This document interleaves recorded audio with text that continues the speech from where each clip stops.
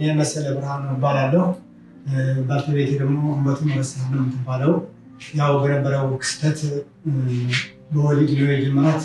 ክርስትና ላይ ሳትገባ ችግር አጋጠማት። ከዛ በኋላ የሆነ ጓደኛዬ ሚስ ሚዶ የሚባል ድርጅት አለና ና ብሎ ጠራኝ። መጣሁ። ከመጣሁኝ ወደዚህ ደግሞ ያው እግዚአብሔር ይመስገን ያ የተባረኩትንም አድርጌ እህታችን በመራችን መንገድ ለውጥ አግኝቼ ተመስገን እያልኩ ነው።